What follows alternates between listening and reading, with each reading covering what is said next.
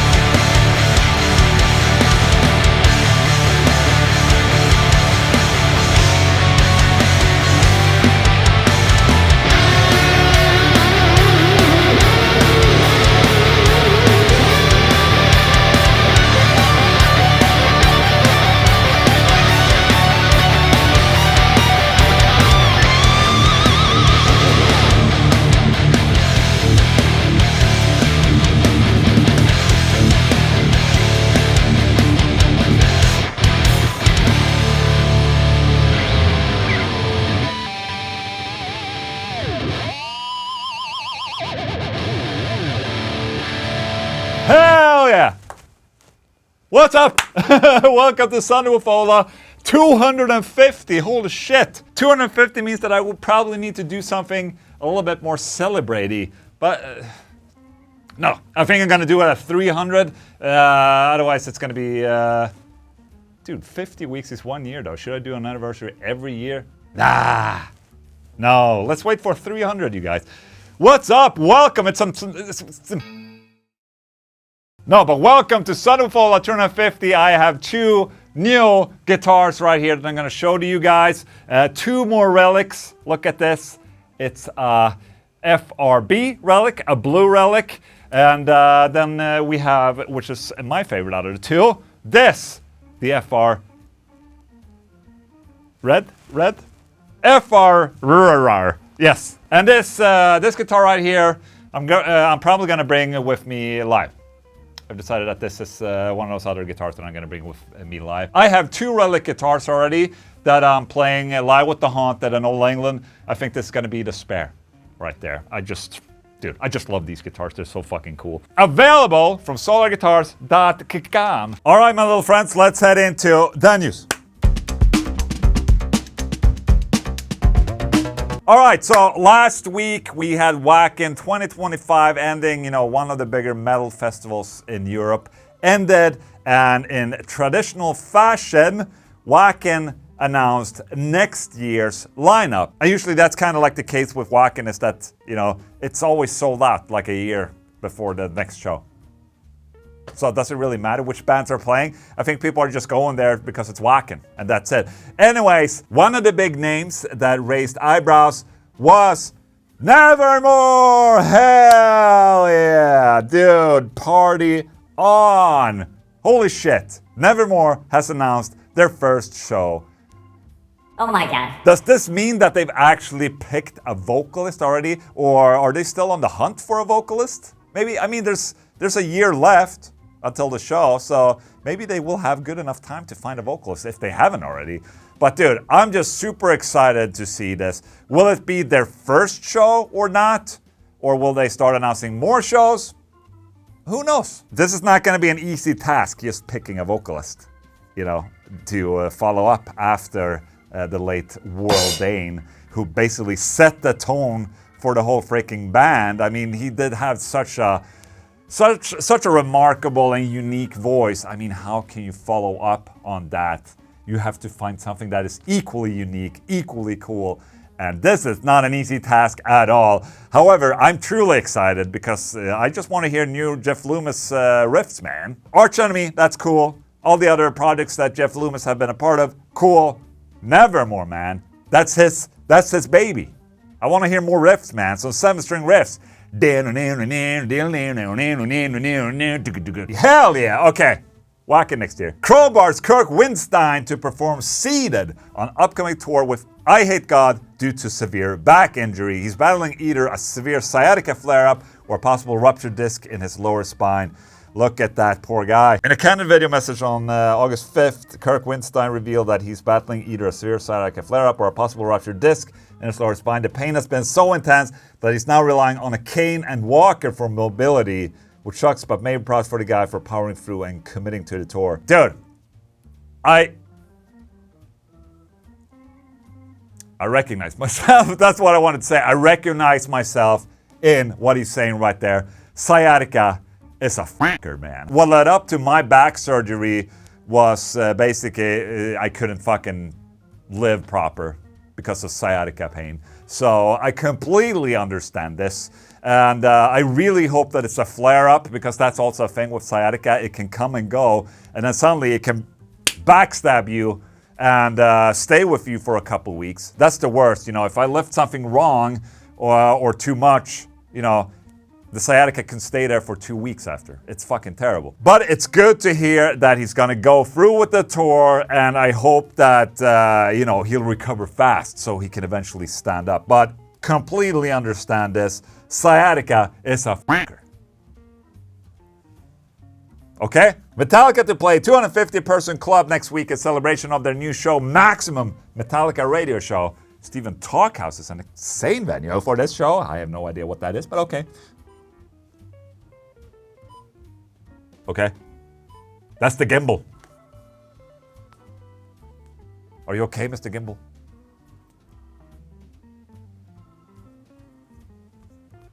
I think we're good.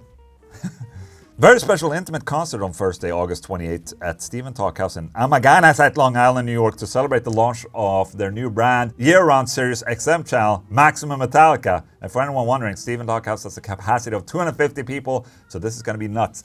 Dude. Oh, there it is. Well, fuck me then. Gimbal locked. Putting motors to sleep mode. Okay, well, fuck off. Can we redo this, my friend? Okay, there we go. And then here. Stop complaining. You're fine, baby. You're fine. And how cool is this? I mean, obviously, Metallica sells out arenas and shit. And they're gonna play a show for 250 people. That's insane. I wish I could go. I mean, basically, that never happens anymore. And, you know, club gigs are just the fucking best, man. In my opinion, I mean, playing big shows and big stages is cool and all. You get to play in front of a lot of people. But playing the clubs, that's when it gets close and personal. You're like close to the audience. You can feel their heat. They can feel your heat. And it's like, it's sweaty. It's disgusting.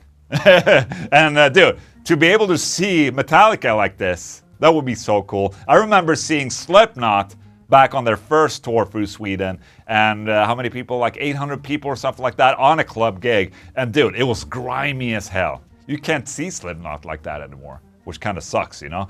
But this is cool. The entire performance will be recorded and premiered on Maximum Metallica on Monday, September 1st. Okay, that's cool.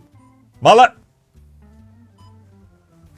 I promise you, this is not, fuck, why is it doing this?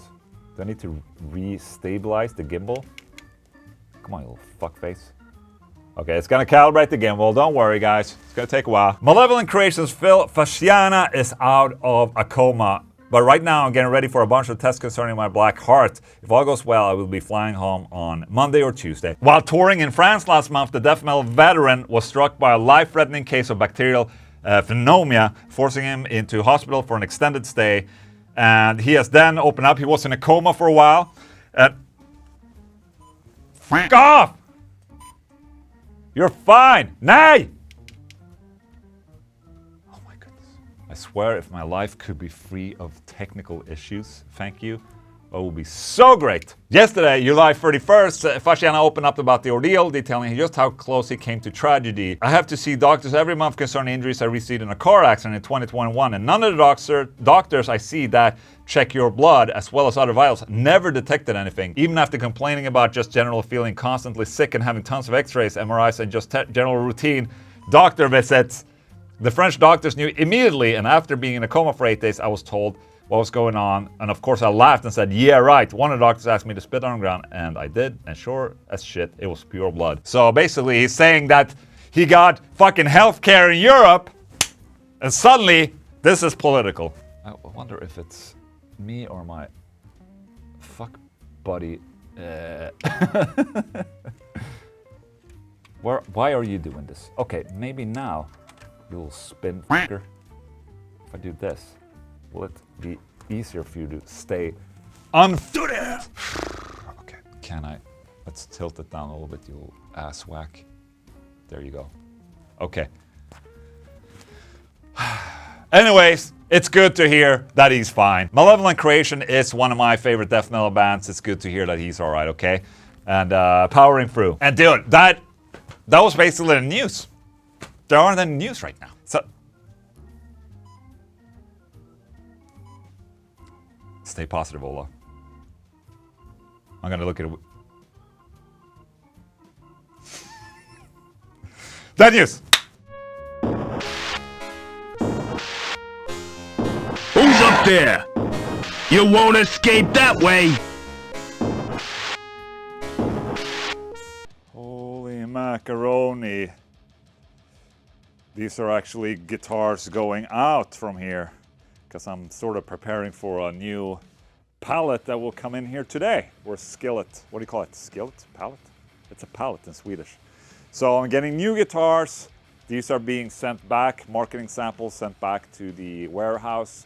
We're taking pictures of them, and all good. However, when I was looking through all the guitars and that, I found this. I mean, it's summer, and apparently there was a Charvel guitar being sent here. So I figured, let's make an unboxing video. So I need a knife.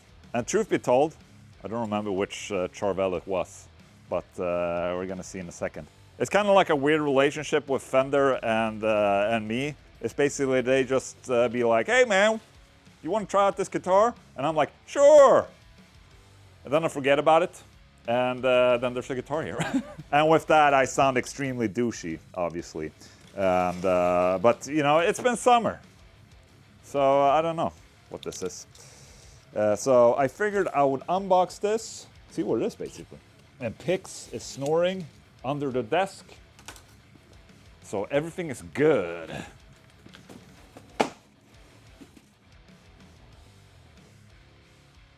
The fuck is this? What the? Look at the shape. Is this a synthesizer or something? All right, so we have a weird looking Charvel gig bag right here. I think there is a guitar in there. Just a little, lays a little loose maybe. So weird design. Okay. Ooh, I might think I know what this is now. Let's see if I'm excited. Excitement. Yeah, I think I know what it is. Hell yeah.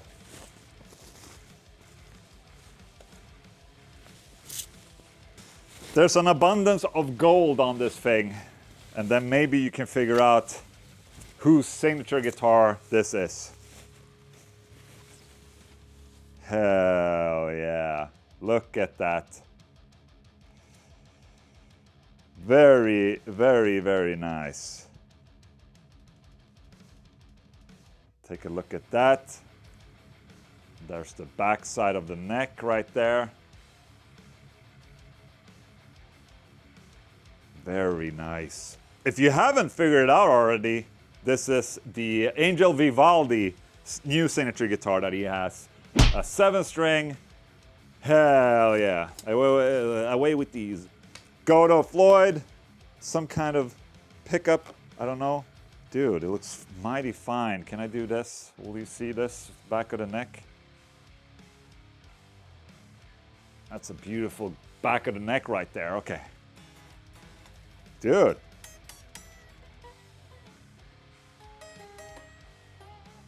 You got the reverse Fender headstock right there. I don't know if you can see this, but the binding is extremely cool. Check this out.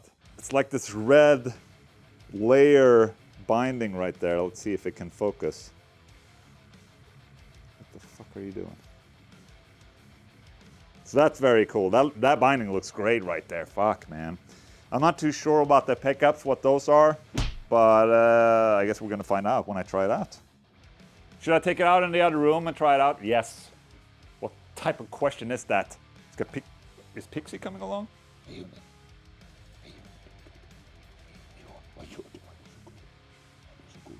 Hey. You're so gullig. I'm gonna go into the other room and try out this guitar, okay? See you later. Also, I had my coffee standing somewhere, but I forgot where I put my coffee.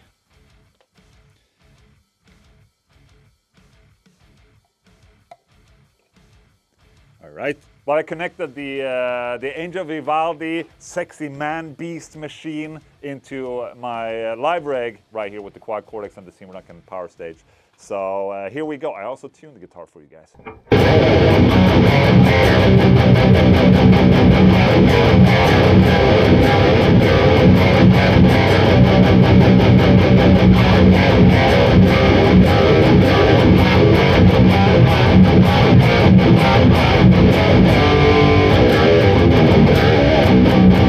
Dude, this neck feels extremely thin.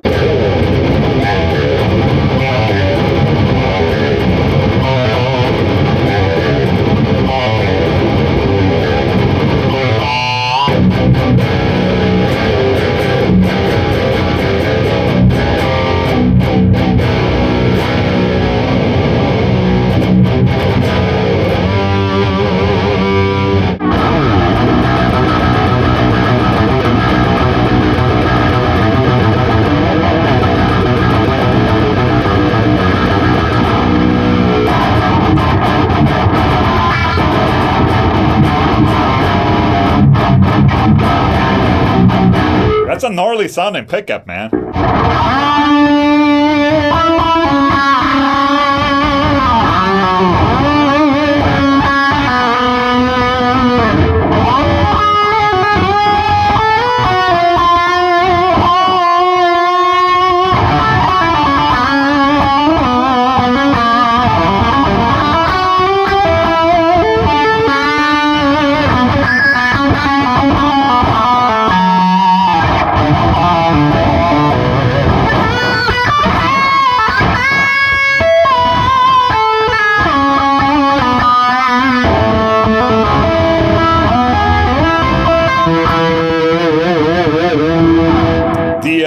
They managed to get a really, really good balance of neck thickness and string height, I would say. It feels extremely comfortable.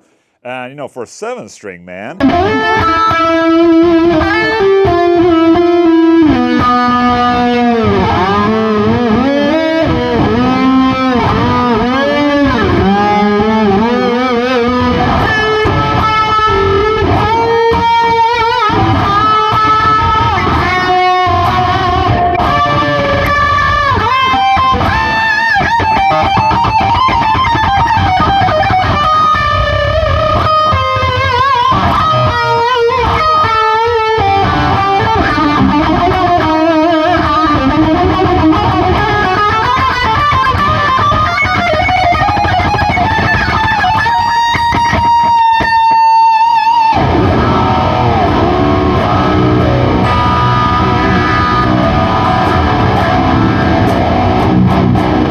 Hell yeah, man. Dude, what a shredding machine right there. I like the cutaway they have right here as well. You know, there's absolutely no problem reaching that high 24th fret right there. Neck is thin, smooth. How is it with the... that's fine. That's fine in terms of, you know, neck diviness, I would say. You have a little look like that, a little like that. Yes, absolutely, man. Dude. So yeah, there you go. That's the new Charvel Angel Vivaldi guitar. Just as sexy as the person himself. Holy shit. I'm also very much of a fan that he's using a Godot Floyd. That's basically my favorite Floyd tremolo right now, or like floating trem. Very cool guitar. Thank you so much for letting me check this out. Now this goes out like this. I sent it away. Back. That was it. That was the test. All right, back to hello. All right, bringing a little bit of FAQ into Sunny with Ola. That's question of the day right there. This question is from Kostiadol Goshin 4793. Hey Ola, I just noticed that you play a backing track with sometimes guitar. Have you considered getting a second guitarist, or is that overkill for now? So what he's referring to is my live video that I released this past week, where we had a disaster on stage. Clickbait title. We did have a technical mishap where the PA fucking broke down in the beginning of the set, but the show was great. So he's referring to that. Well, fucking stop! It has never done this before. Why is it such an issue now? So that particular show was my first festival show I've ever done under my name, Ola Englund. But I did do that Escape the Internet tour earlier this year in January. And we're a three-piece, right? We have guitar, we have bass, and drums. And then I have backing tracks, obviously, with synths. And yes, sometimes guitars to fill out the void where I'm, playing leads, or sometimes to accompany the rhythm guitar. And this is something I've been thinking about on and off, like, okay, how far should I take this in terms of, actually having to bring a second guitar player? My music is basically rhythm, playing, and then some leads. And that's basically the focus of the music when playing live as well. I had to take a decision when we started, okay, should we get a separate rhythm guitar player to join in on this, or should I just go as one guitar player? Bringing in that second guitar player would just be such an investment on his part. I'm not even sure I'm gonna continue doing this. I just wanted to start off with the bass player and the drummer and myself. There's just less people to make disappointed in a band. What if I decide tomorrow that I'm not gonna do this? I'm just gonna play the Haunted because it's a lot easier, and I just go there and play. I want to be completely sure that I'm gonna continue playing live under my own name, Ola Englund, before I start bringing in a rhythm guitar player into this. The important things that I play, that's what's being live, and the rest is like, okay, there's a clean guitar underneath here. I think it's a little excessive maybe to bring in that second guitar player to just play that little extra thing. I don't know. We'll have to see. I mean, as of right now, I don't have any more gigs booked with my name. We're just going to see if I'm going to book any more as of right now. But that festival was a lot of fun. If you didn't see the video, it's up here. You can check it out. It was a lot of fun. And we'll just have to see about the future. Okay?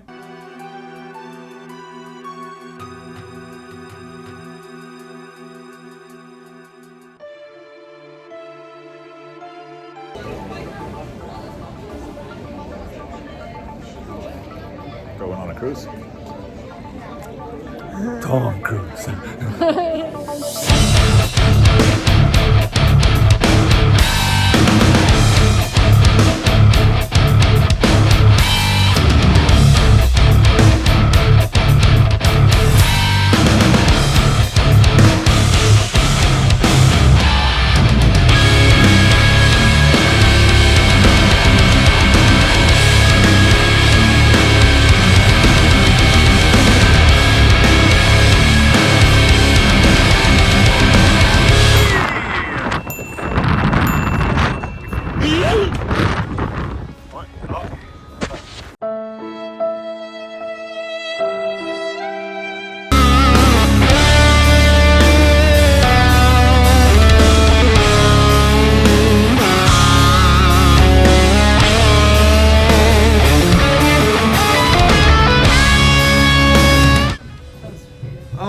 This is my favorite black metal band.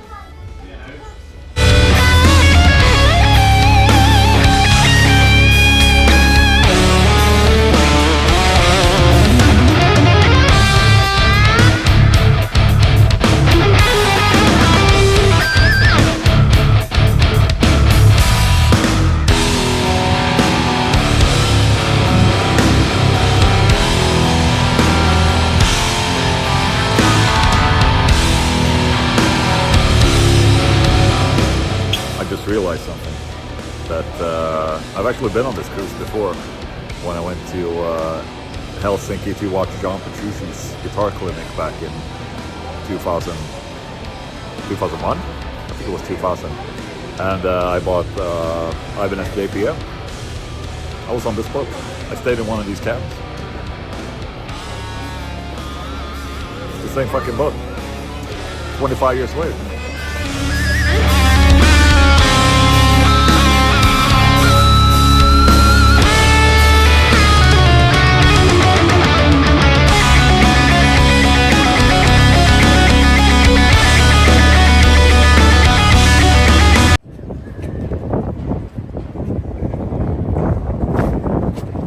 Can we go to the Apple store? Hell no. Okay. Those guys are holding very impressive balls.